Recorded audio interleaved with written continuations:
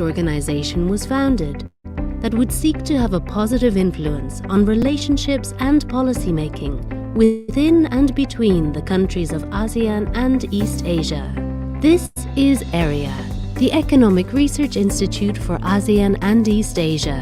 When ERIA was first mooted, the thinking was we need a very substantial economic research body. It's very important for an organization like ASEAN to have the backing academically for what it wants to do. And that's why ERIA fills in the gap and helps provide the research. It's more about providing the information that's needed for the negotiators or for the political decision makers. We are not a pure academic institution. We must do the more practical policy recommendation. And ERIA's role, of course, is also to promote the talking through of sensible policy developments, and it plays a fundamentally important role in that respect. And ERIA is now accepted as one of the major research institutes in East Asia as a whole. After its first decade of input into the development of ASEAN, ERIA must now be ready to meet the challenges of the future.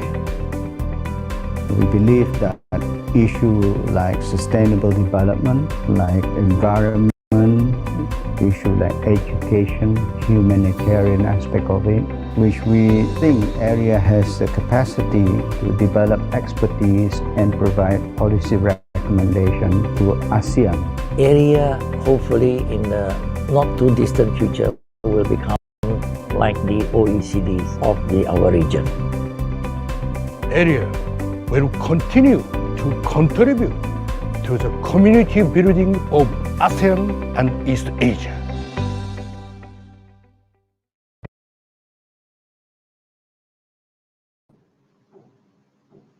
Good morning, good afternoon, and perhaps even good evening to participants from around the world. I'm Lydia Ruddy, the Director of Communications for the Economic Research Institute for ASEAN and East Asia, also known as ERIA. We're streaming on both YouTube and Facebook with about 1,500 people registered. I wish you a warm welcome to this special joint episode of the ASEAN On Point Public Forum series that we, ERIA, co-host with the ASEAN Secretariat, and the 2021 ASEAN-SEAMEO Webinar Series of the Department of Education of the Philippines, who's also the chair of ASEAN Senior Officials Meeting on Education. We're honored to partner with them on this important topic, preparing ASEAN workforce for post-COVID-19 through technical and vocational education and training, otherwise known as TVET. The forum will focus on the opportunity to accelerate the transition to an ASEAN workforce that is ready to take on the jobs that will come with Industry 4.0, highlighting the challenges faced by the TVET sector, as well as discussing policy options to overcome the adverse impacts of COVID-19. The goal is to focus on the policy side of the discussion because we hope to provide a set of policy recommendations that can be taken up by the relevant ASEAN officials. In a few weeks, ERIA will publish a report that includes the recommendations. We will have two opening remarks today, followed by a panel discussion and Q&A. A couple of technical issues first. Due to schedule conflicts that arose after the agenda was created, there have been two changes. First, the opening remarks from the Deputy Secretary General of ASEAN for Socio-Cultural Community, His Excellency Mr. Kang Fook, and Som Ed, the Senior Officials Meeting Education Chair, Undersecretary Mr. Jesus Mateo, have both been pre-recorded. Second, His Excellency Secretary Isidro La Peña, Chair of the ASEAN TVET Council, Director General of the Technical Education and Skills Development Authority, TESDA, Philippines, is no longer able to join the panel discussion, and he will be represented by Ms. Rosana Urdaneta, Deputy Director General for Policies and Planning of TESDA.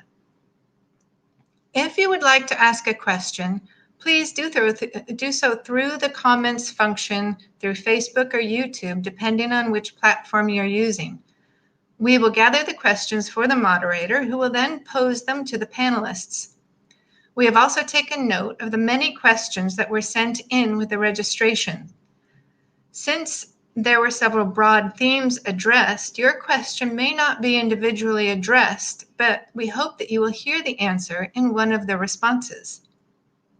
Without further ado, I would like to introduce our first speaker, Deputy Secretary General Kong Fook, who, as I mentioned, is speaking in a pre-recorded video. Please note that because these remarks were made before Secretary La Peña had to forgo his engagement, Mr. Fook still refers to him in the video.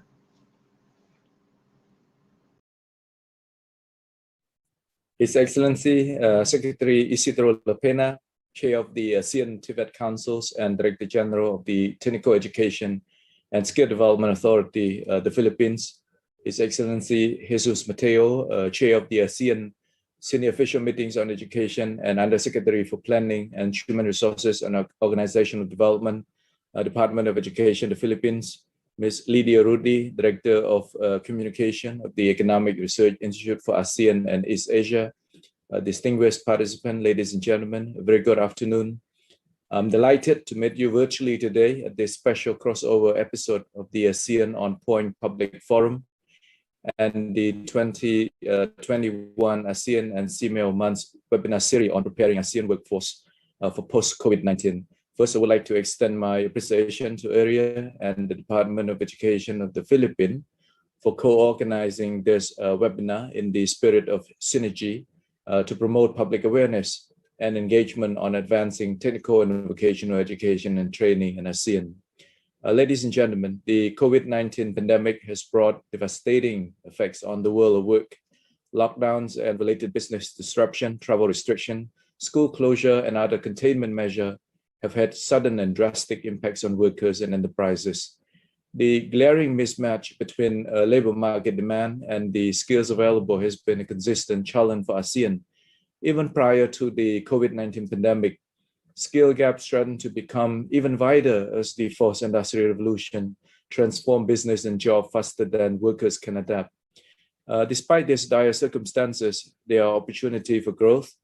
In April 2020, Microsoft reported that they have witnessed 2 years worth of digital transformation done only in a couple of months. It shows that pandemic has accelerated the speed and impact of 4IR as we start to rely more on the utilization of technologies in our daily lives. As the pandemic and its impact reach across border, regional collaboration is more important than ever. In line with the themes of the Philippine chairmanship of the ASEAN education sector, transforming education in way, forging partnership in the age of global disruption, ASEAN needs to make use of this unique opportunity to address skill gaps and unemployment through multiple approaches. In June 2020, at the 36th ASEAN Summit, ASEAN leaders reiterated their commitment to equip ASEAN human resources with competencies that will allow them to become future-ready through the adoption of the ASEAN Declaration on Human Resources Development in the Changing World Work. To that end, ASEAN leaders agree, among others, to promote the utility of TVET by portraying the decent and employment opportunity, school-to-work transition, and career progression of TVET graduates. Ladies and gentlemen, TVET has been proven to be closely linked with economic and professional development, since it specifically facilitates the learning of knowledge, skills needed for employment. The COVID-19 pandemic has also shed light to the importance of many practical service sector jobs and therefore underlined the prominent role of TVET in equipping human resources with practical skills. Therefore, in the face of crisis, as well as the changing world of work, TVET's capability to rapidly upskill and reskill workers through short-term, targeted, and modular training programs should be harnessed.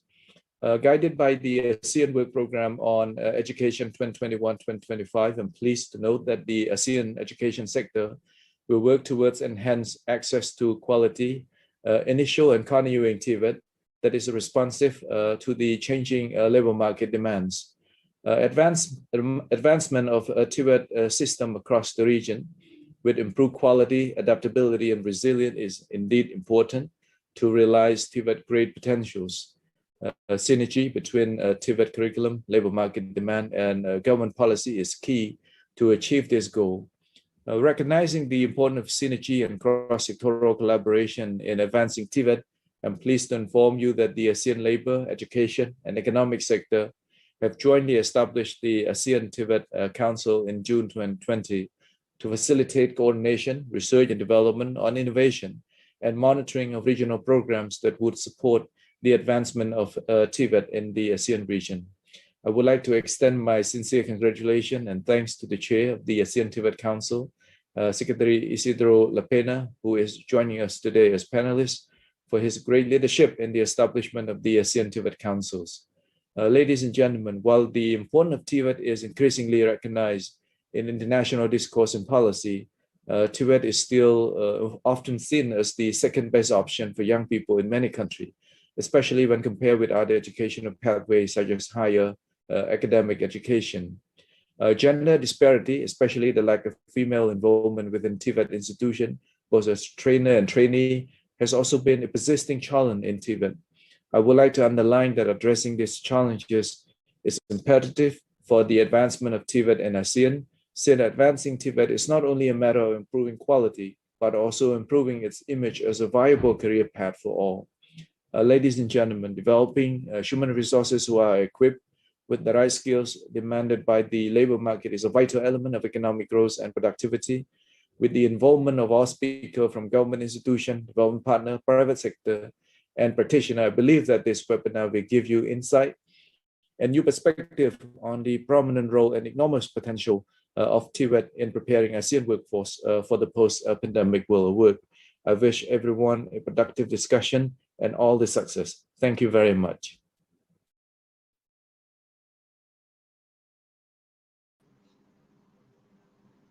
And now I would like to introduce His Excellency Under Secretary Jesus Mateo for his pre-recorded remarks. His Excellency Kong Puak, Deputy Secretary General of the ASCC, our MC, Director Lydia Rudy from ERIA, our moderator, Dr.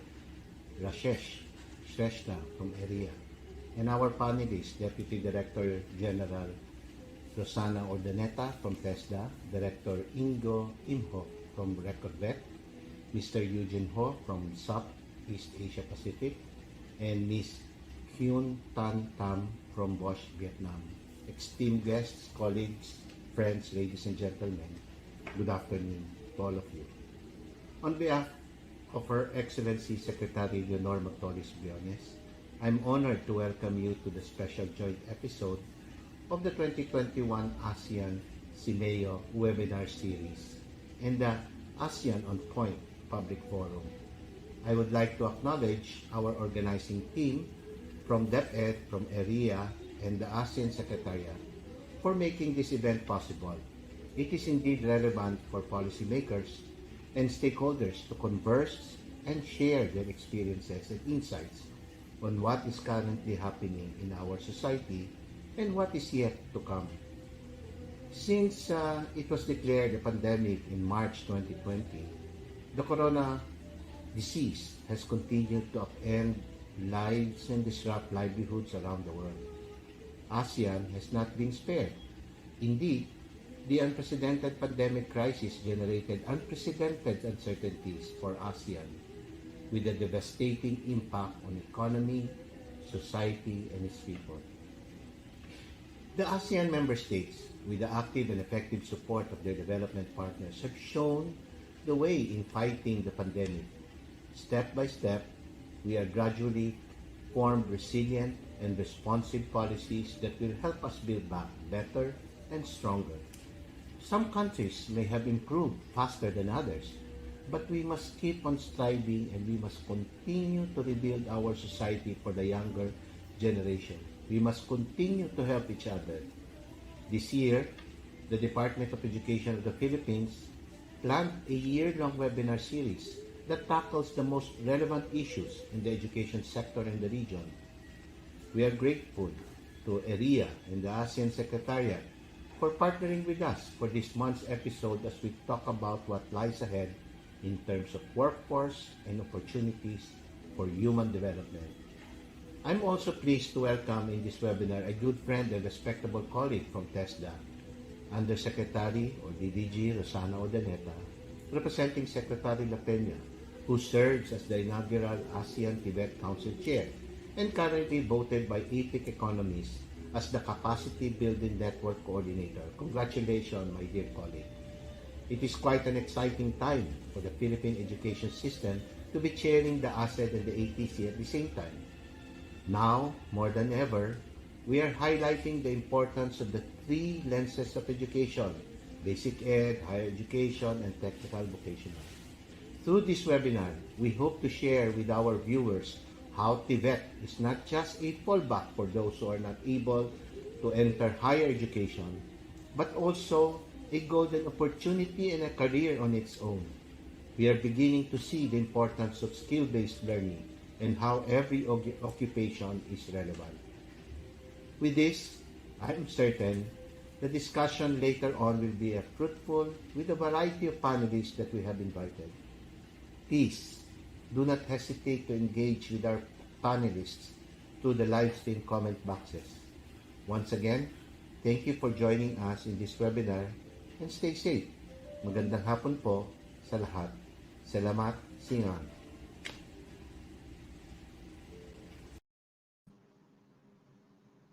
Now it's my pleasure to introduce my colleague from ERIA, Dr. Rashesh Shrestha, an economist who works on human capital investment, among many other things.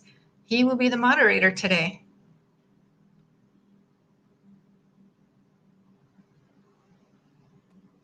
Thank you very much, Lydia, and good afternoon, everyone from Jakarta. My name is Rashesh Shrestha, and I am an economist here at the Economic Research Institute for ASEAN and East Asia. I'm very pleased to welcome you, all of you, in this very timely panel, and we've heard the importance of this topic from our previous speakers. The coronavirus pandemic continues to rage across the world and in many countries of our region, with its economic consequences being felt by many workers.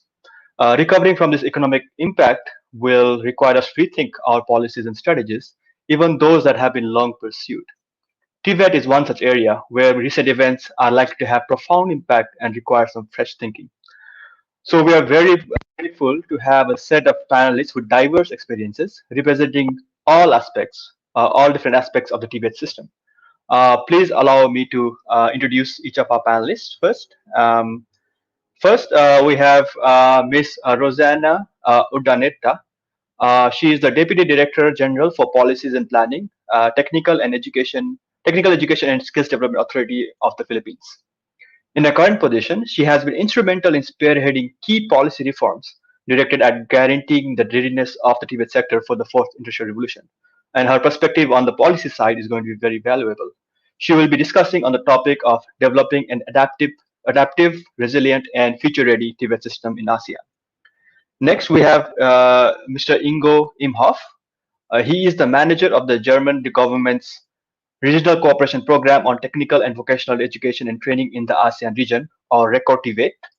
RECOTIVET has been working since 2014 to strengthen human resources, institutional capacities, and know-how of the TVET systems in the ASEAN region, with a recent focus on digitalization and Industry 4.0, and his insights will be very valuable.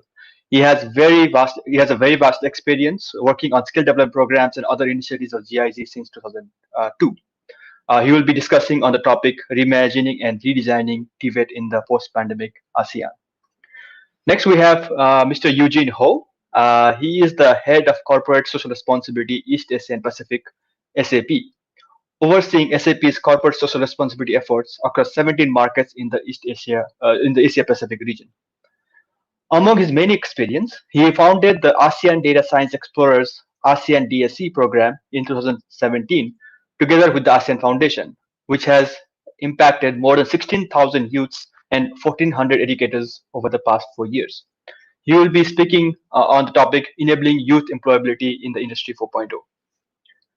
Finally, we have Ms. Yuen Thi Tan, who is a product measurement consultant, and he has been with Bosch Vietnam for more than 8 years. She studied at the Bosch Vocational Training Program for the first 3.5 years. As someone who has gone through the TVET system and and established a successful career subsequently, she can speak to the experience, to her experience, and share success stories and experience on career pathways through TVET. Each speaker will be given 5 to 6 minutes to speak first. We will then have open question and answer session. We have already collected some questions during the registration process. For our live audience who have tuned in now, if you have any questions for our speakers, please feel free to post it in the comment section and we will get to it. So there are, like Lydia mentioned before, we will be organizing the questions according to themes. So we may not ask specifically your question, but your question will be represented in one of the questions that are given to our panelists. Now, with delay, let me start by inviting Ms. Urdaneta to share her views. Ms. Urdaneta.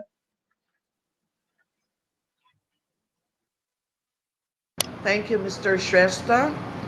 To my colleagues from all the ASEAN member states, my fellow speakers, distinguished guests and participants joining virtually, good afternoon. On behalf of TESDA Director General and ASEAN TVET Council Chair, Secretary Isidro S. La Peña, I would also like to thank the organizers of this webinar, the ASEAN Secretariat, Department of Education of the Philippines, and the Economic Research Institute for the ASEAN and East Asia for inviting us today. Preparing the ASEAN workforce for the future of work, especially in the light of Industry 4.0, has been a continuing and long-term priority of the ASEAN. But when the COVID-19 pandemic hit us, the need to fast-track this agenda was made more urgent. We are seeing unprecedented global scenarios, massive job disruptions, rising unemployment, growing poverty, deepening inequalities, among other things.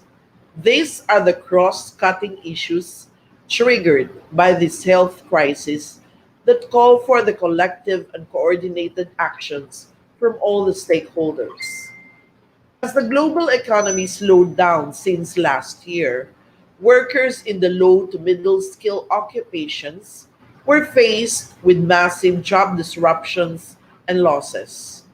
The latest reports on the future of work showed the demand for workers on STEM occupations, healthcare, as well as jobs in delivery, transportation, and warehousing will continue to grow even after we return to normalcy. On the other hand, food service, customer sales and service, as well as less skilled office support roles and other routine jobs face the largest negative impact.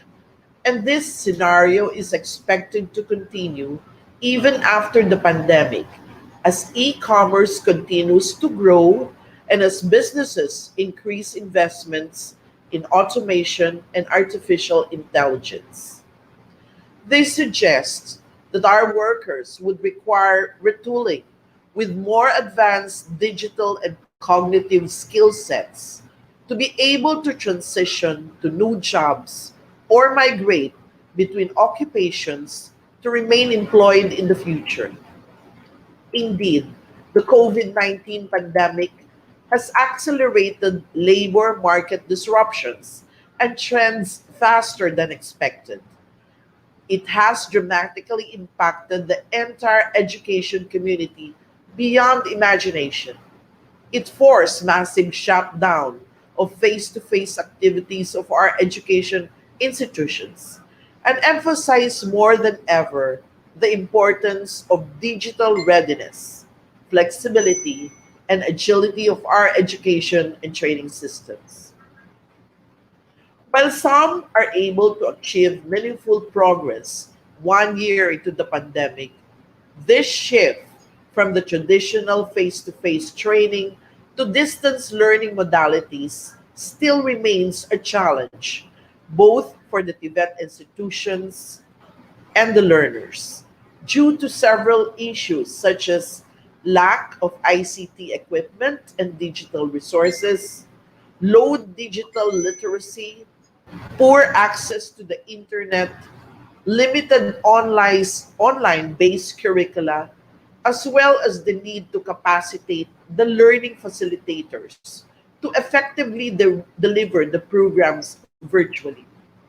At the same time, TVET systems must equally respond to the evolving demands of the labor market, necessitated by Industry 4.0, by updating the curricula and training regulations in order to continuously provide relevant and quality skills training.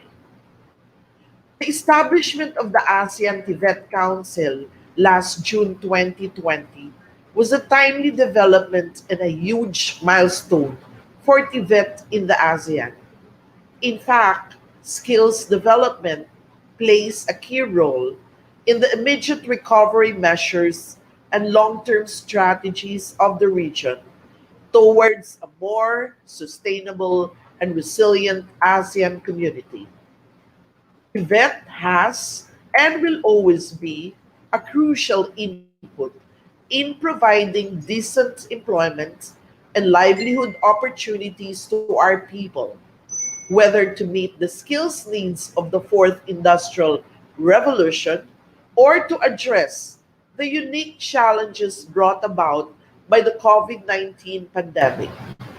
TVET will remain a viable answer as long as it is demand-driven and as long as it continues to provide relevant, efficient, accessible, and high-quality technical education and skills development opportunity for those that need it. To this end, guided by the medium and long-term strategies of the ASEAN TVET Council, as the coordinating body for all TVET initiatives across the region, shall work closely with other ASEAN sectoral bodies, international development partners, as well as the industries and private sector to pursue the digital agenda in TVET. To fully embrace the fourth IR, we have to develop agile and responsive TVET policies on which TVET programs for the fourth IR can be implemented. We have to promote and utilize advanced digital technologies in training delivery, including assessment, but it must be easily accessible to everyone. We have to adapt TVET curricula to post-COVID-19 future of work, reinforce the digital skills and future-oriented competencies of teaching staff, intensify skills forecasting and active labor market information systems, and of course, strengthen our industry partnerships in all areas of TVET, among others. These are all critical in making sure TVET systems are adaptive and resilient to future disruptions, and more importantly, to ensure that we meet the skills needs of our constituents now and in the future. On that note, I wish to once again express my gratitude to the organizers for inviting TESDA to this forum. Again, good afternoon to everyone.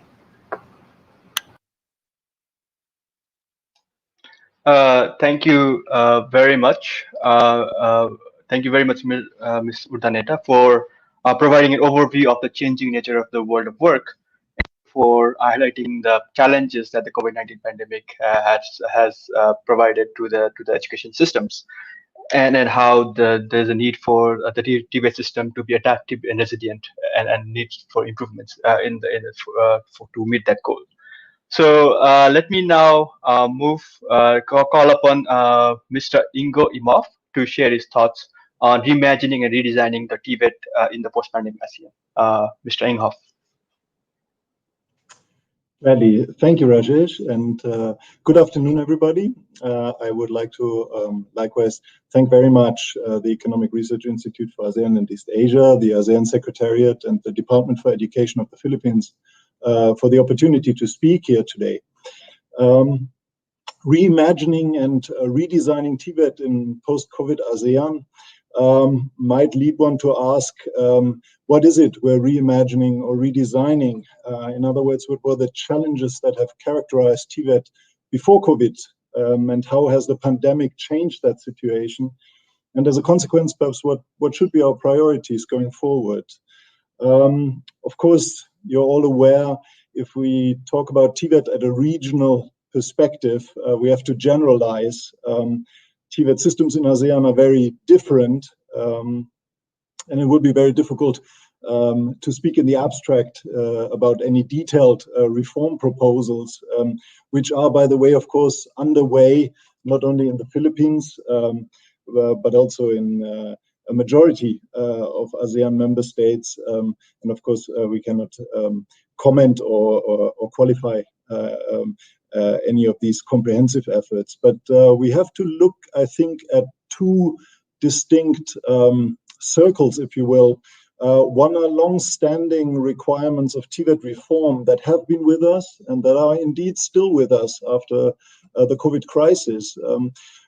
TVET, to deliver its promise of reducing youth unemployment, bringing young people effectively into work, maybe after COVID also reskilling people, depends on highly qualified and motivated teachers, depends on well-equipped schools, depends on effective quality management, and not least depends on adequate demand by students who see TVET as a good qualification opportunity and who bring with them an adequate set of basic competencies such as reading, writing, maths, or science. This is the established circle, I would say. And then likewise, in the time before COVID, we've already discussed under often the label Industry 4.0, the new circle of requirements that result from a changing world of work, from changing work processes, an increasing introduction of advanced digital technologies in different parts of the economy. Now, here the interesting question was, and I suppose is, how real is it? In which companies has it advanced to what extent? And what follows for TVET? So how shall we reimagine TVET in the digital era? And in Germany, in 2019, the German Federal Institute for Vocational Education and Training, the BIBB, has analyzed 13 professions and has done comprehensive studies, speaking to people in enterprises, speaking to TVET graduates, speaking to in-company trainers about what follows from a progress in digital technology for the profession. And one answer was, well, we need people to have a good foundation in what they're supposed to do. An electrician has to have a sound foundation in all aspects of his trade, much as would a machine operator or would a mechatronic. On top of that, what was often cited as increasingly important qualities of TVET graduates to succeed in a more digitalized environment was to have the capacity to learn for themselves, to communicate about their work, to approach their work process with a problem-solving attitude, and also to be able to communicate with others and to work in a team, these so-called transversal skills. And finally, there was a basic digital competency that was expected, and a flexibility in engaging with the changing work environment, with innovation, and with changing requirements within the company. Now, the study in Germany found that the picture is actually quite different, and that might not surprise you. Not all companies advance towards a more digitalized production mode and work process. Some do more and some do less. What follows for TVET under conditions of 4.0, that is very different from whom you ask. For the biggest companies, the early adopters of Industry 4.0, those who build the smart factory of the future, the problem is a minor problem, because for them, TVET is a side investment of investments in infrastructure and equipment. There are private TVET providers who can solve their skills problem. There are maybe in-company trainers from other production facilities or likewise from private institutions who can help them along. The big challenge then is that if high-tech TVET becomes privatized, if high-tech TVET takes place on a private sector basis purely, how do small and medium-sized enterprises access advanced know-how?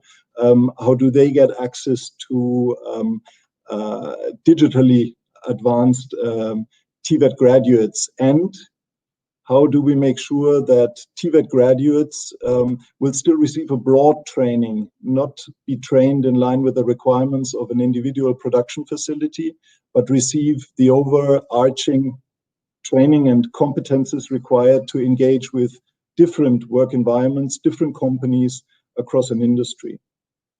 Now, when we look at COVID, what has COVID actually done? In many cases, we will still find that difficult to say for the simple reason that we are lacking labor market information systems that tell us what the short-term and long-term impact of the COVID crisis actually is. We know, of course, many people have lost their jobs. We know, of course, also many companies that could afford it have tried to exclude the human element from their production or service process. We've already heard from Ros Urdaneta about the vast increase in e-commerce. E-commerce, of course, is followed by logistics. So logistic companies have tried to cut out human beings as a risk factor because they can catch viruses. And we have seen companies that are on the way to automatizing production to take that path a bit faster. What does it imply for TVET? Likewise, we are not making a lot of use of skill forecasting tools. So in many cases, we are left to guesswork or to generalized perspectives, which can be a problem because regions are different in terms of the industrial structure. Even from company to company, there are vast differences. So what can we say when we say we reimagine? Well, we can say TVET post-COVID should bring the old circle of challenges of TVET and the challenges related to digitalization together. We should see the dynamic that comes from tackling digitalization in TVET also as a tool to motivate people to engage with existing and entrenched challenges. Let me give you a practical example from Germany, where I've been told of TVET teachers who ask their students to produce videos to describe the work process. Now, the idea is not that the students learn video production. The idea is that they get together as a team, that they analyze the work process, that they describe it, that they assign roles, and that they then engage with the digital technology to the extent that the project requires. I think this is engaging with basic deficiencies that some TVET students certainly have, but also engaging with the digital agenda and making sure TVET is not a second best approach to education, where the differentials to tertiary education are increasing over time. What can be done in particular, and I think most studies on digitalization and TVET post-COVID agree on one thing, as an ILO and UNESCO study in 2020 put it, if the affordances of digital TVET are to crystallize, the fundamentals of TVET as a three-way collaboration between employers, students, or employees, and educational institutions have to be improved. It's exactly this crucial angle that we have to not only imagine, but consciously build, where TVET institutes and companies work hand in hand. One reason being that TVET schools will increasingly find it difficult to equip themselves with state-of-the-art equipment that companies may have. Another one is that only by a direct cooperation, the TVET schools can know that they actually modernize in line with the requirements of their immediate clients in the private sector. I find it very encouraging that at the ASEAN regional level, with the ASEAN TVET Council, the Philippines and the ASEAN sectoral bodies have taken an approach that brings private sector representatives directly to the table to work on the future of TVET. And likewise, I find it very encouraging that companies and the private sector themselves discover the skills development agenda as a field where action is called for and where action can be profitable. In the RECO TVET team, we've been working for the last 2 years with the ASEAN Business Advisory Council on the implementation of a skills award for ASEAN, where companies have been awarded prizes for their engagement with public TVET institutions in skill development. And these were profit-oriented enterprises who did not do it to look good, but who did that because they wanted to pursue their profitability in the long run. I think if we continue on that road, we have certainly one important key in the hand to make TVET in ASEAN fit for the future. Thank you very much. For a very excellent discussion of the key challenges that the TVET system needs to meet in order to reduce the youth, to enhance youth employability, including the holistic nature of the TVET system, which includes both teachers, schools, the curriculum's quality, and the collaboration needed between government, the training institutions, and the private companies. I think that's a very good overview of the TVET system should work, because it's within the broader skill development system of any country. So thank you for that. Next, I'd like to invite Mr. Eugene Ho, who will be talking about enabling youth employment in the Industry 4.0. Mr. Eugene, thank you. Your Excellencies, colleagues, ladies and gentlemen, greetings from Singapore. A big thank you to ERIA, ASEC, DepEd of Philippines for the invitation. SAP is the world's largest provider of enterprise application software originating from Germany and present in 110 countries. We started in Southeast Asia since 1989. And we are absolutely in the space of digital technology. Over the last 1 year, we observed an uptake in Industry 4.0 solutions. For example, robotics process automation was adopted to deal with the labor crunch during the lockdown. And that has pretty much been a mainstay with some of these companies who have adopted this technology. And we put that into the context of workforce demand. Based on IDC's ecosystem modeling, the SAP ecosystem today employs more than 1 million workers. But they are forecasting, in accordance with our revenues, that this total number will grow to 1.6 million. And so between the period from 2020 to 2024, more than 280,000 net new consultant roles will be created in the SAP ecosystem. This is pretty much a conundrum for the company, because we obviously need the skill sets in order for us to service our customers. So what are some of the skill sets that's really required, if you will, in this realm, right? You could argue it's ABC: analytics, business applications, coding. But I will say that one more thing that's needed as well, and that's soft skills. So with that in mind, right, what are some of the programs that SAP has in place, right, to build the workforce of the future and to ensure that we have the skill sets that we need, right, for our ecosystem to grow and digitalize?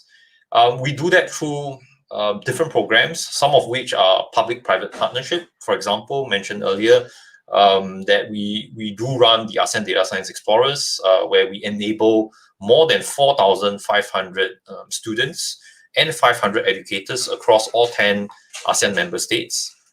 We also work, for example, with the Singapore government in creating what we call a SAP Skills University, where we enable more than 500 professionals with SAP skills. So this is very much, if you will, a last mile before they then enter the industry.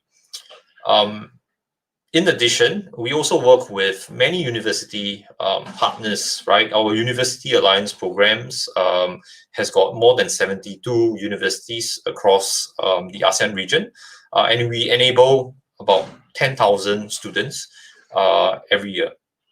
And one of the things that we do as well to make learning easier, if you will, for students is to gamify them. And one of them is, for example, through an ERP simulator that we conduct annually, and that's with our universities. And that allows youth basically to gamify the use of enterprise resource planning systems so that they could learn from that. And finally, we also have a lot of e-learning offerings, and to the point on during COVID times, right, when we are challenged with COVID restrictions, how could learners pick up new skills, right? Actually, we found a huge uptick in our courses on Open SAP, which is absolutely free. And we have got more than 38,000 learners from ASEAN on the Open SAP platform.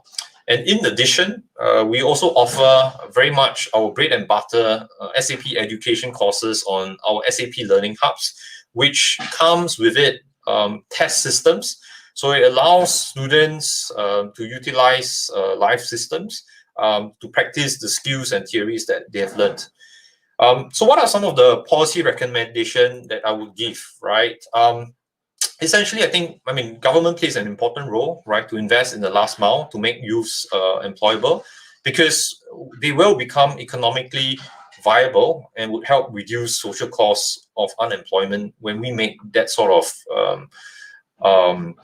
investment in them. So there's essentially 5 recommendations that I think is important. The first, a recognizable qualification framework, and that helps to uphold quality standards. Right, to have, when you have a regional skill qualification credential system, it also enables ASEAN mobility, right? If you think about it, if you get certified, say for example, if you receive an international certification from SAP, you are actually recognized across all offices in Southeast Asia and very much the world, right? So the world is your oyster, not just in ASEAN in terms of employability. Second, strength-based learning. So with strength-based learning, basically work on the strengths of the individual, right? If the individual has got innovative traits, then obviously he could be groomed towards becoming an innovator. But if the person doesn't have those traits but is strong in something else, then the individual should be trained and geared towards that specific vocation, if you will, right? And we also find that it is very important, soft skills, the business and industry acumen is usually lacking when we receive youth from schools and we have to spend the time training them. So if we could partner to imbue some of this business and industry acumen to them in school, it will go a long way in making them attractive to employers. Third, lifelong learning.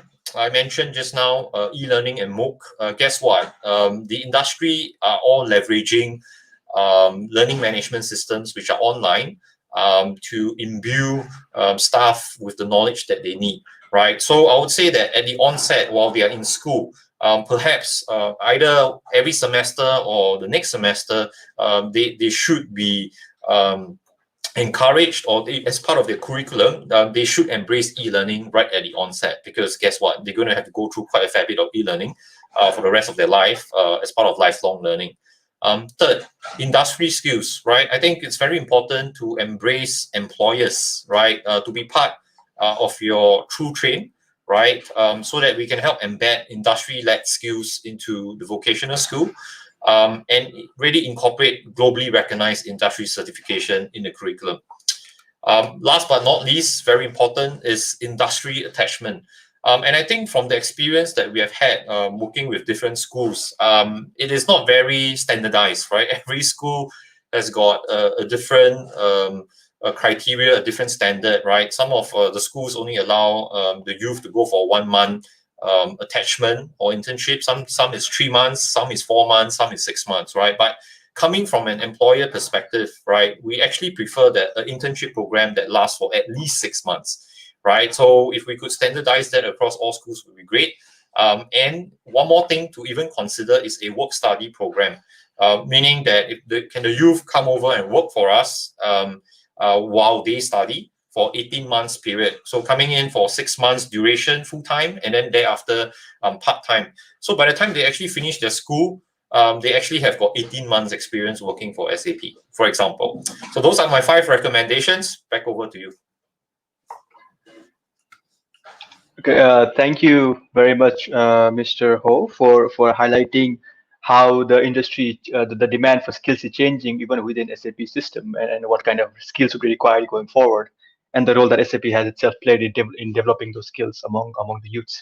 And also, your policy recommendations are quite good and quite relevant for improving the system, the education system, including the TVET system, especially having a regional qualification recognition would go a long way towards creating more employment opportunities for graduates of TVET system. So that's an excellent point that you raised. So thank you very much. Now let me invite our last speaker, Ms. Tam, who has gone through a TVET system and has built a successful career, and she'll be sharing her experiences in terms of with TVET. So Ms. Tam, thank you very much. Yes, thank you for having me today. Please show my presentation. Thank you. Okay, good afternoon. My name is Tom. It's my honor to be present in this webinar today. Next slide, please. My full name is Huỳnh Thị Thanh Tâm. I'm 27 years old. Currently, I'm working at Quality Laboratory Bosch Vietnam as a product measurement consultant. I joined Bosch vocational training program and work for Bosch after graduation. I've been with Bosch company for more than 8 years.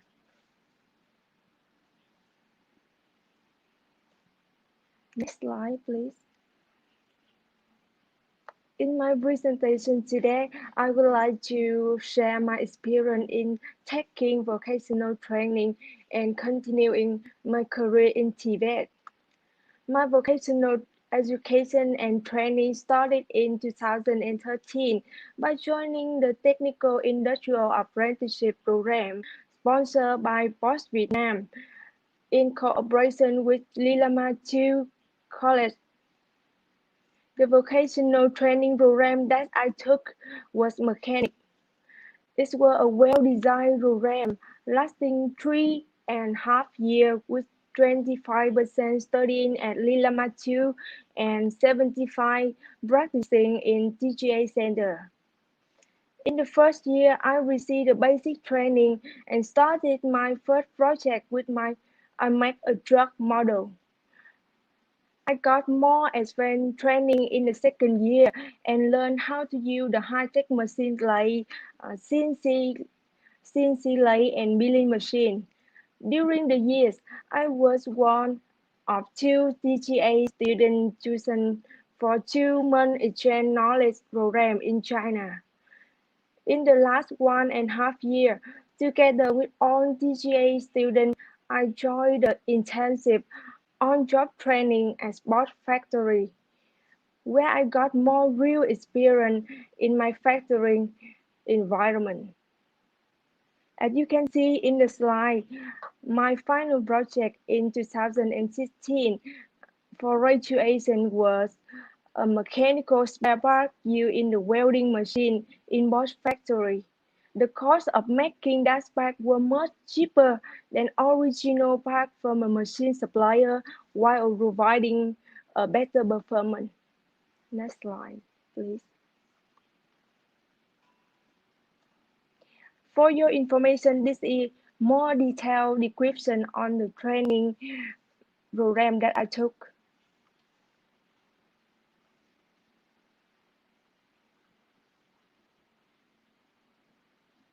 Next slide, please.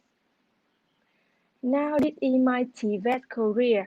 Right after graduation in 2017, I started my first professional job as a quality technician in high technology Bosch lab.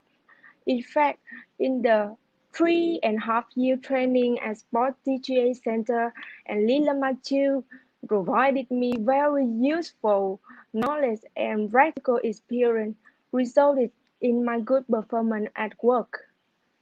I constantly sharpened my skill and knowledge via joining many new product release projects, problem-solving topics, as well as training abroad.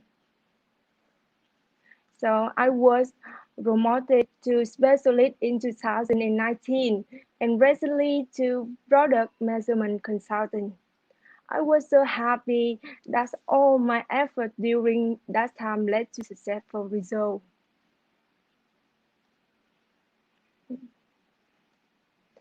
And there are some of my experience that I would like to highlight. There are good training programs for students to choose in Vietnam.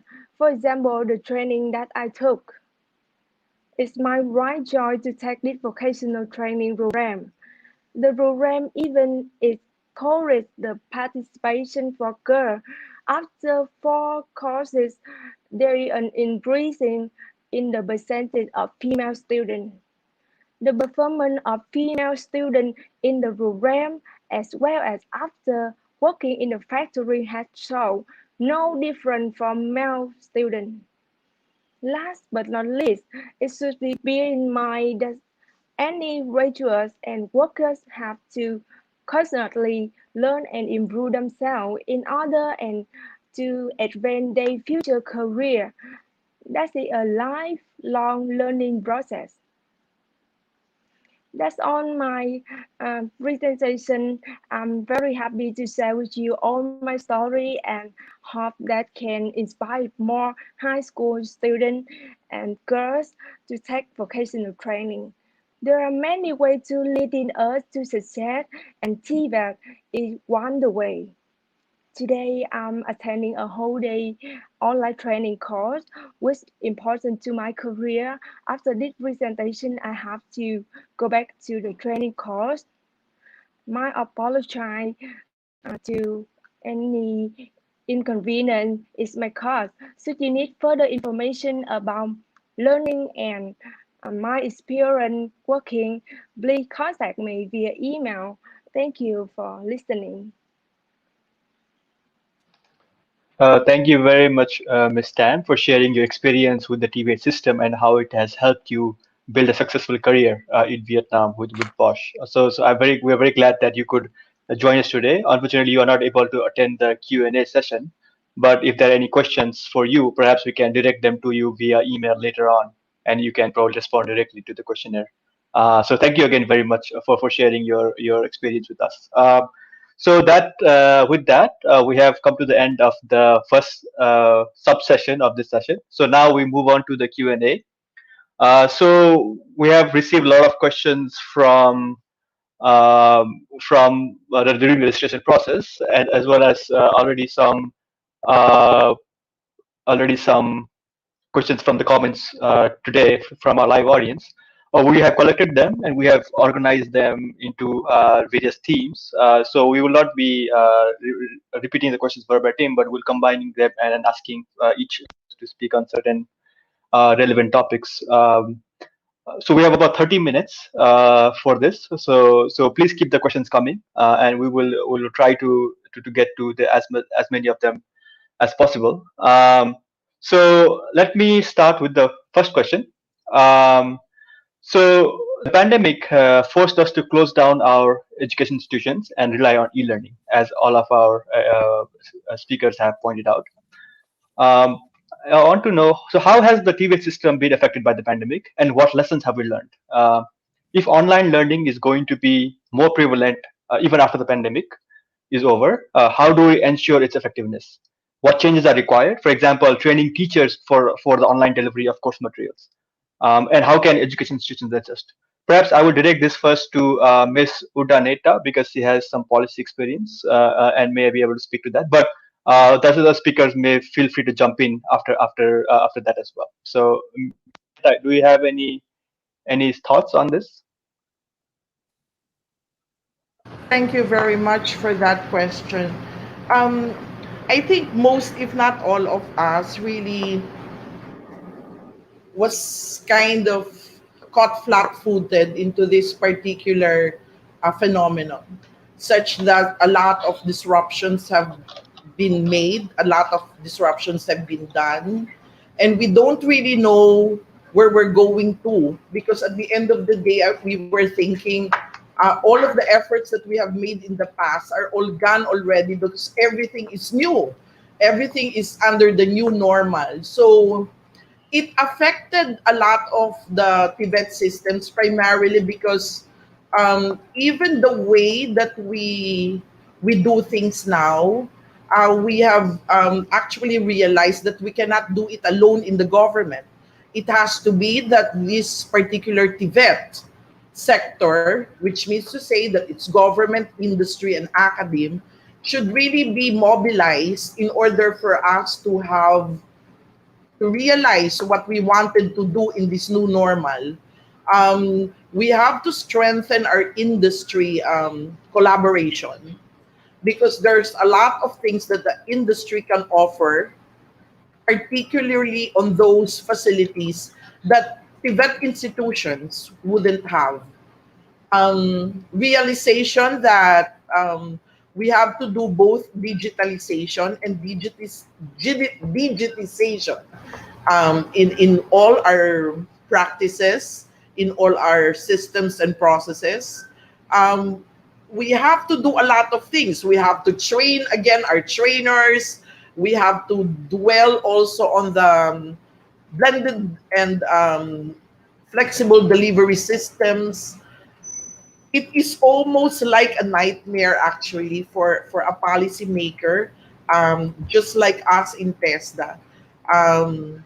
But sometimes at the end of the road is a silver lining. So this has made us also realize that the pandemic is a dress rehearsal for the fourth industrial revolution.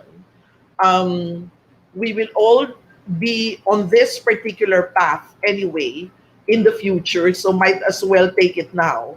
So that's it that I can share with you in all aspects of whether it be policy, whether it be curriculum development, delivery system, curriculum. There's a lot of things that we have to look into. And even the competencies of people now, we have to make stronger our capacity in capacitating our learners into the 21st century skills and to social-emotional skills, so that they would be able to become agile and relevant in the work environment. Thank you. Thank you. Maybe Ingo, yeah, do you have any thoughts on this? Well, I can only concur with Rosula Neta's assessment. I think what the pandemic has really done is not digitalize TVET altogether, because TVET, among different kinds of education, because of the practical competencies that are meant to be conveyed, is not very suitable for digitalization in the complete process. But I think what it has done is to change the mindset. You know, teachers and TVET teachers are not an exception, are not necessarily digital first adopters, all of them, you know. But I think after COVID, everyone has seen the point that not only do we need to get to a point where we can make TVET institutions as resilient as possible under the circumstances, knowing that not all TVET teaching can be digitalized.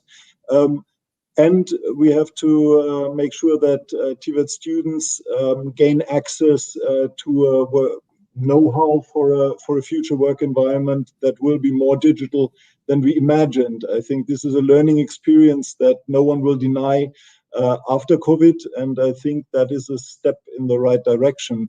So while not everyone jumped into full speed delivery of distance learning in TVET schools, at least this kind of progress has been done, and a lot of experimenting has happened. You know, a lot of digitalization of courses, a lot of experimenting with flipped classrooms.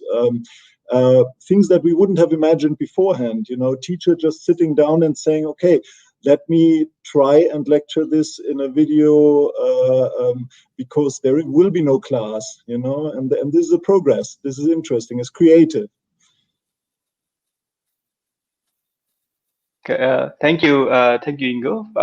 Eugene, would you like to share some thoughts on how the pandemic has changed the e-learning systems and whether TVET can adapt for the coming years? Yeah, Eugene. Right. So if I may I definitely echo Rosanna as well as Ingo's perspective. Right. The digital infrastructure across different parts of Southeast Asia obviously needs to be strengthened, and that would then facilitate digital learning, if you will. I think during the pandemic, we all leverage all sorts of digital tools at our disposal to kind of make it work.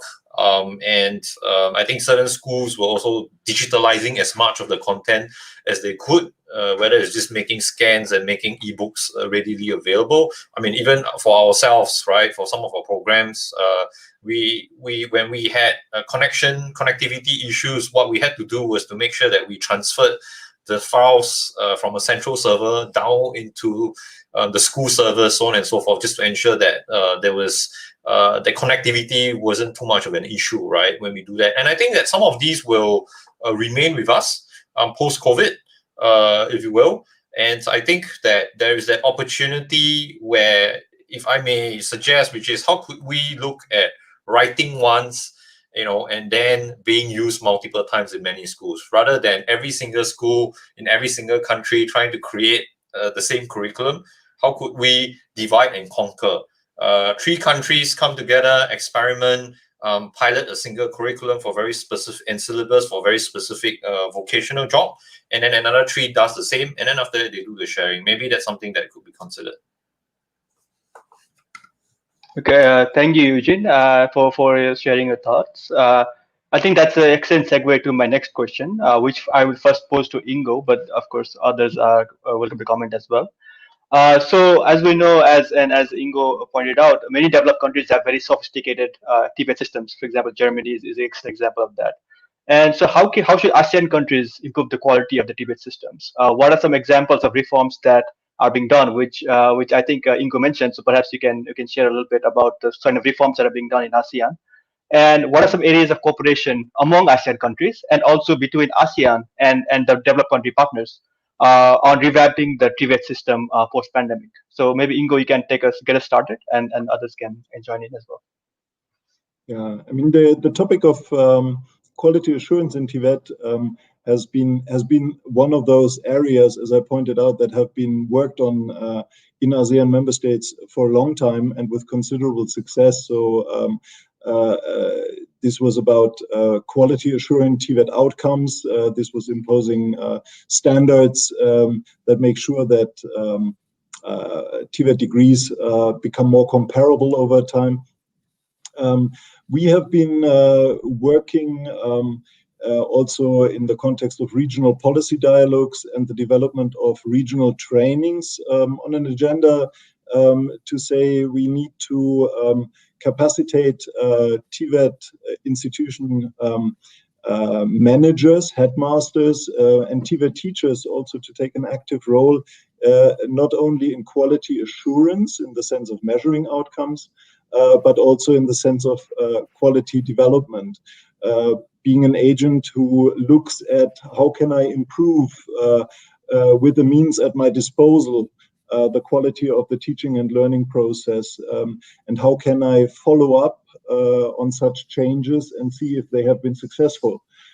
So it's an ongoing management process, and one that partly has to be run in a centralized fashion, which has been the focus in many ASEAN TVET systems for a long time, and partly may have to also be a process implemented at the decentral and institutional level, in which case we've seen that it can be quite an empowering device. We've been working with different governments also in bringing in-service trainings on this quality assurance into the local or national in-service training curricula. But it's not always easy because it changes a little bit the attitude from receiving and performing in line with expectations to managing quality proactively. Okay, thank you.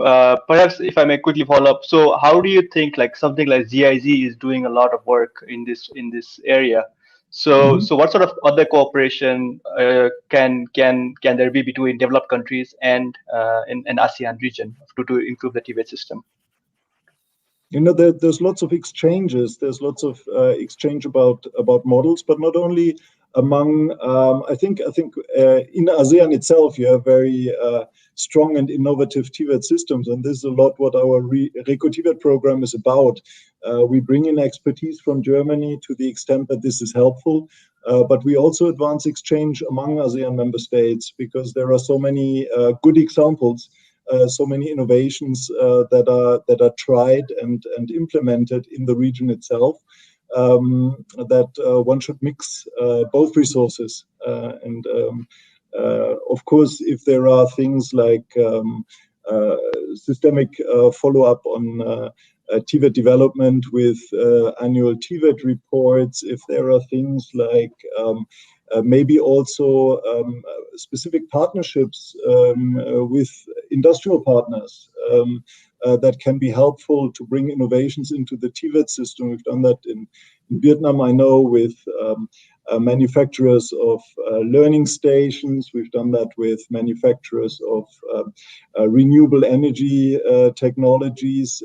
There's lots of opportunities for that kind of cooperation, but it would be difficult to say, now this is the one thing you can learn from us. Again, I think a central issue that, however, cannot be transferred as a carbon copy exercise and shouldn't be, is to say, how can we find a better institutionalized way of dialogue with the private sector about what TVET can do and how in-company training and school training can be combined to make TVET students fit in theory and in practice.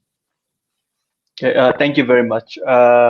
Maybe may I ask Ms. Urdaneta, because maybe she can shed some light on the ASEAN efforts in the TVET sector, or maybe even TESDA's work in improving the TVET system in Philippines. How is it going, and what are some key areas you are focusing on going forward?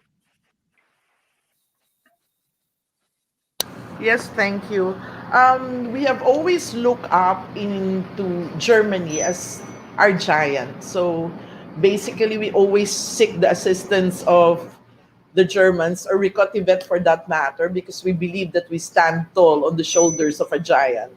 So what we're trying to do now is really to intensify our efforts towards the realization of the ASEAN TVET Council, because the ASEAN TVET Council shall serve as a clearinghouse for all the practices, the ASEAN practices, as well as the other practices, for us to really provide a venue to share so that we would be able to come up with new models that we would really make or ensure that TVET will be quality assured at a particular point.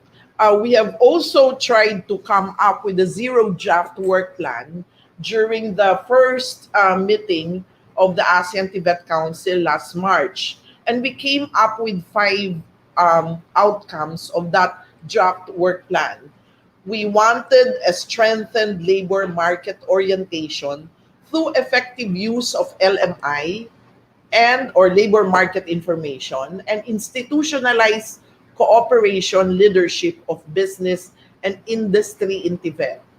So we wanted to we want to have improved digital readiness, resilience to disruptions, and ability to adjust of TVET systems and institutions. Enhanced capacity of TVET personnel, of course, the policy and decision makers, managers, tech teachers and trainers at schools and in companies.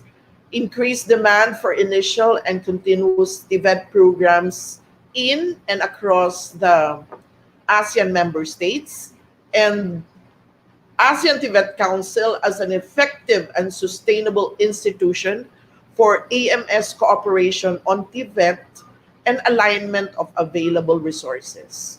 So those are our aspirations as we journey along the many challenges or work ahead the ASEAN TVET Council. Thank you very much. Eugene, do you want to say something on this topic? Cooperation between different countries or with two developed country partners, or maybe even with the private sector, how can we use that to improve the quality of the TVET system here? Yeah, so I'll probably comment on the PPP piece, right? Or working with the industry. I think working with the industry is very important. And you can obtain industry content. For example, as part of our University Alliance program, we make readily available training material to schools.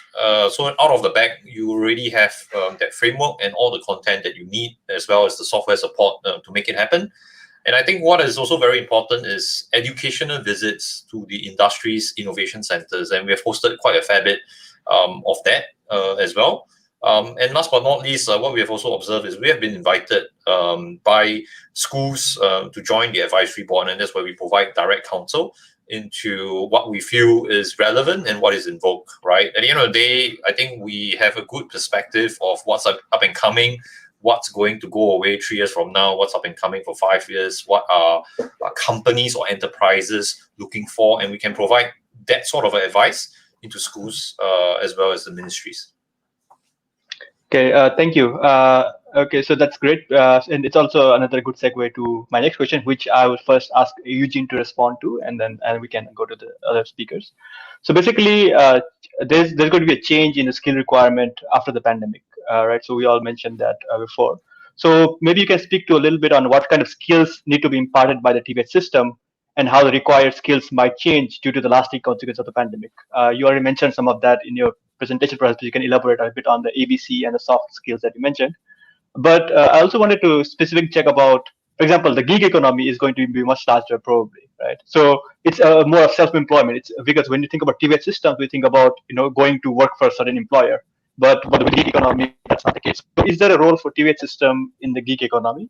And what about training for like content creators for social media platforms? So these self-employment opportunities that have come out because of digitalization, does TVET have a role to play in developing those skills as well? Maybe Eugene, you can start with your sector, and then we can go to the other speakers. Sure. So if we talk about the gig economy, right, actually it is getting more and more popular, right? That's the fact of the matter. In the United States, before COVID, there has been a lot of talk about it in there. And I would say that we need to understand why is it even proliferating, for a couple of reasons. One, it gives us for companies, quick access to those skill sets which we need as a once-off or really on a temporary basis. So we don't really want to be hiring that position because we are unsure or unclear whether we need that on a permanent basis. So if you understand that, right, then you then know that, okay, what is the purpose for the gig economy? Then next then is what you probably need to do a survey to understand what exactly is in vogue and what exactly you require. Now, what you will realize during the COVID period is that a lot of people are going online. E-commerce is on the rise, right? You could argue over in ASEAN, it's 6 to 8 years of digitalization in just 1 year, right? For an e-commerce space. And that, what happened then is that you need a proliferation of digital marketers, and hence that skill set is in vogue at this moment in time. So I think that we need to capture kind of the trends, but then you also got to look out like 10 years from now, is that same digital marketing skill still going to be relevant? We wouldn't know. We need a pulse check on the industry and on commerce all the time. And that's where I think working with the different platforms, the major players, right, who have a view on how trades are being conducted, right? And that will help you to then work backwards to understand what sort of a skill sets is needed to support the emerging industry. And I would argue that, for example, sustainability is a big deal today. Lots of impact investing. If you look around you, trillions of dollars is going in that space. You could argue that you need skill sets for solar panels, green energy, so on and so forth. So that should be one domain, at least in the next 5 to 10 years, something that we need skills for. Okay, great. Thank you. Ingo, do you have any thoughts on the skills requirement and how the TVET system has to sort of impart that, or how what needs to be done? You know, linking up to what Eugene just explained, I think we have to differentiate. We shouldn't give up on the idea that TVET should equip people with a comprehensive skill set. And if someone is trained up to fulfill a small and permanent temporary role in a gig economy, maybe that will capacitate them for a while. If it's a very if it's an enterprise with a very good name, that might be a stepping stone, you know. But it shouldn't be the role of TVET necessarily to limit itself to that role.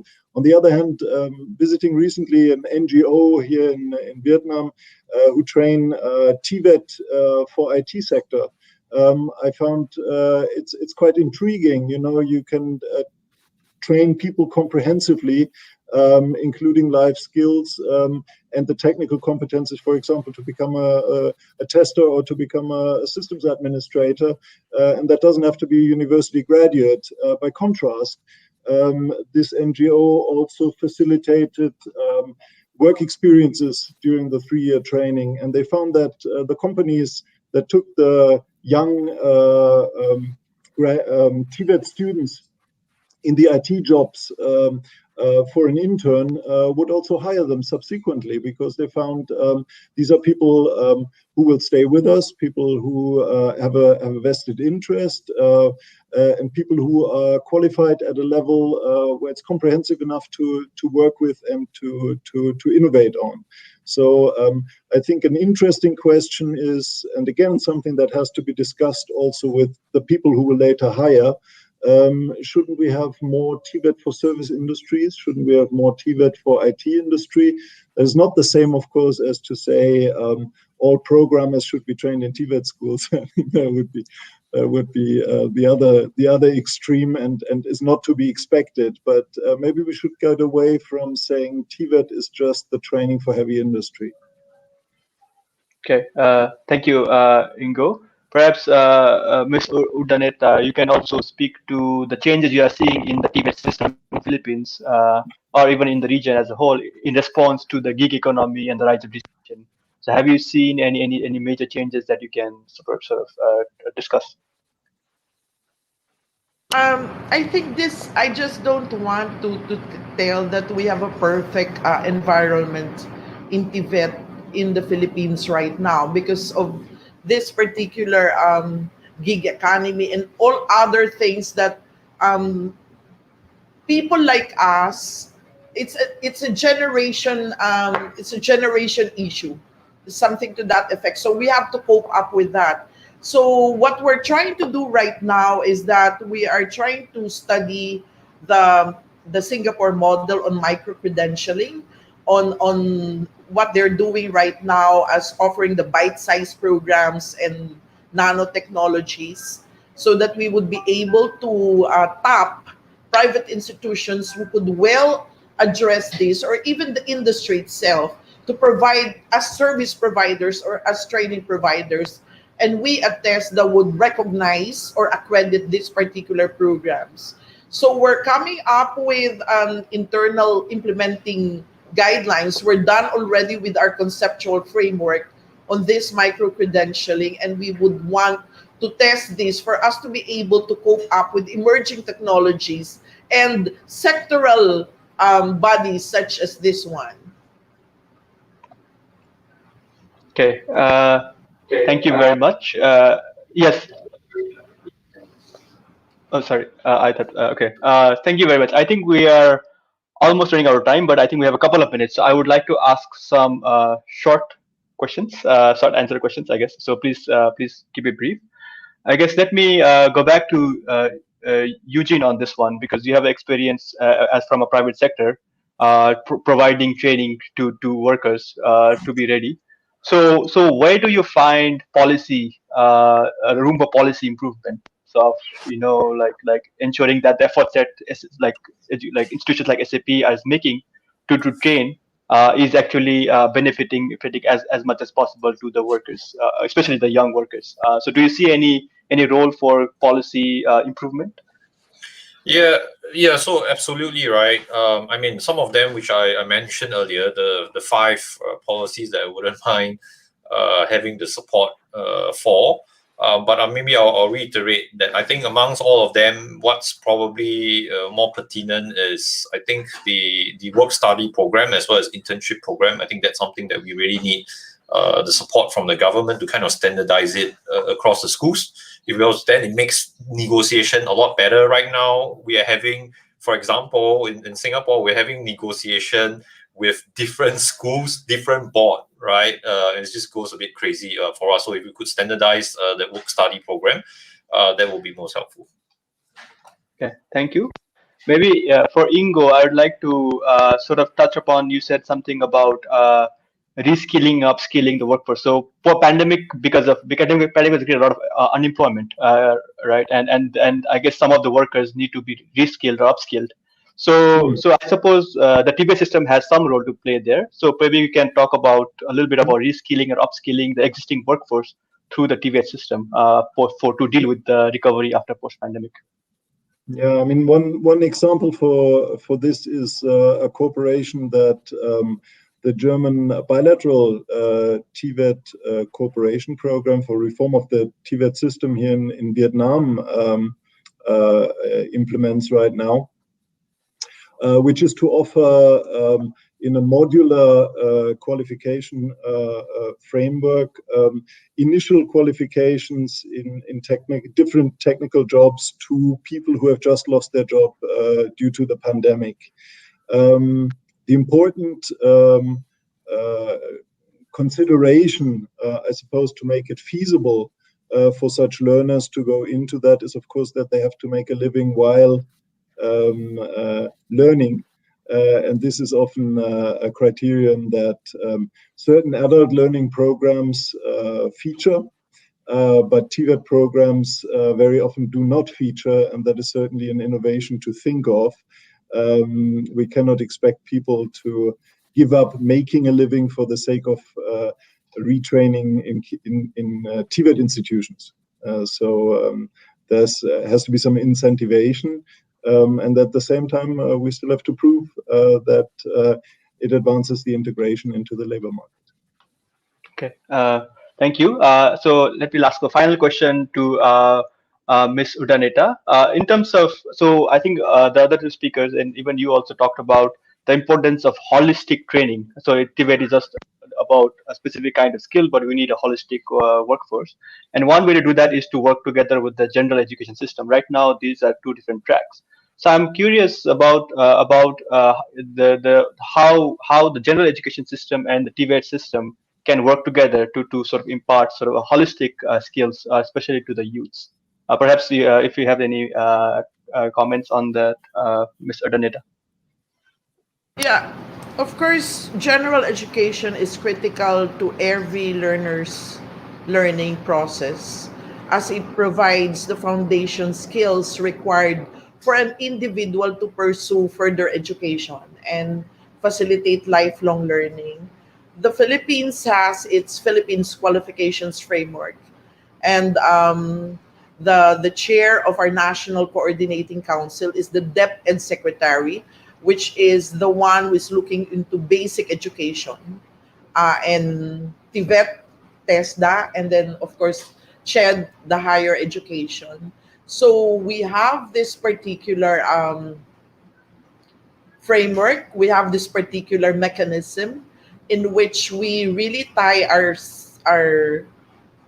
in which we assure discussions as well as conversations on really putting up quality assurance mechanisms in all of the processes that we wanted to venture in, such that we are also trying to link TVET into the TVET of the basic education, as well as linking TVET also into higher education via the Philippine Credit Transfer System. So at the national level, TESDA, of course, and the Commission on Higher Education is pursuing, other than what I've said, the ladderized education program to establish equivalency pathways and to allow easier transition and progressions between TVET and higher education. With this, we are able to give our students and workers the opportunities of career and educational advancement. So now there are currently 10 ladderized education programs that we jointly developed, that was jointly developed by CHED and TESDA. And TESDA has 377 recognized diploma programs under PQF Level 5, of which 358 diploma programs have partner higher education institutions. Great. Thank you very much. Thank you for all your comments. Unfortunately, I think we are out of time. I'd like to thank the speakers again for answering, and for the audience for sharing their questions. I hope we were able to get to a lot of them in this synthesized way. Unfortunately, we cannot pick out individual questions because there are a lot of them. So I'd like to personally thank the speakers again for sharing their excellent insights and thoughts, and making this a very informative and illuminating panel discussion. With that, let me give it back to Lydia to close the program. Back to you, Lydia. Thank you.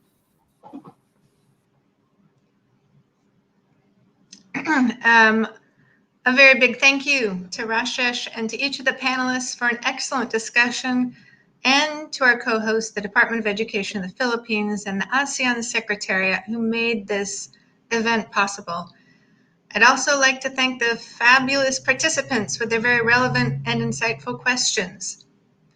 As a token of our appreciation for our panelists, please allow me to introduce Director Margarita Ballesteros, Director 4 of ICO, who will present the certificates of appreciation.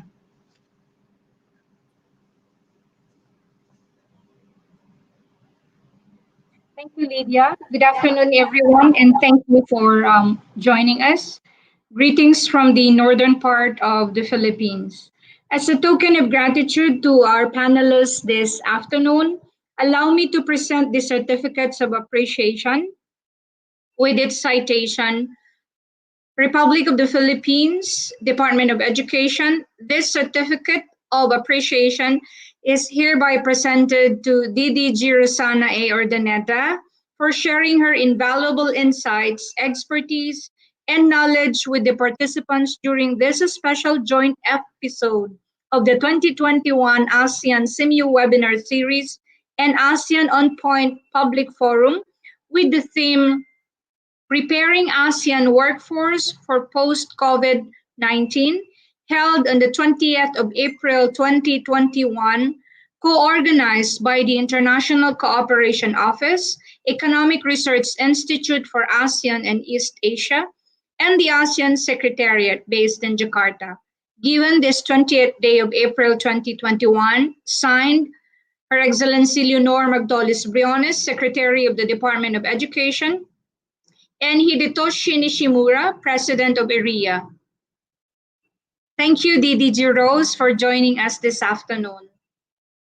The same certificate of appreciation is presented to Mr. Ingo Imhoff, Mr. Eugene Ho, and Ms. Yun Tan Tam. Again, friends, ladies and gentlemen, to our panelists, thank you for joining us this afternoon. And one last thing before we wrap up the session. For those who are wishing a certificate of participation, in your screen would be the link for the online feedback form that you need to fill out. Please take a picture of it or write it down so that you can find it later on. And don't forget to complete the feedback form today until 7 p.m. Jakarta time or 8 p.m. Manila time. Individual certificates will be sent to the email addresses that you have submitted. Again, thank you to all the speakers, to the participants, And of course, to our bosses in the Department of Education and that of TESDA, maraming salamat po. Terima kasih.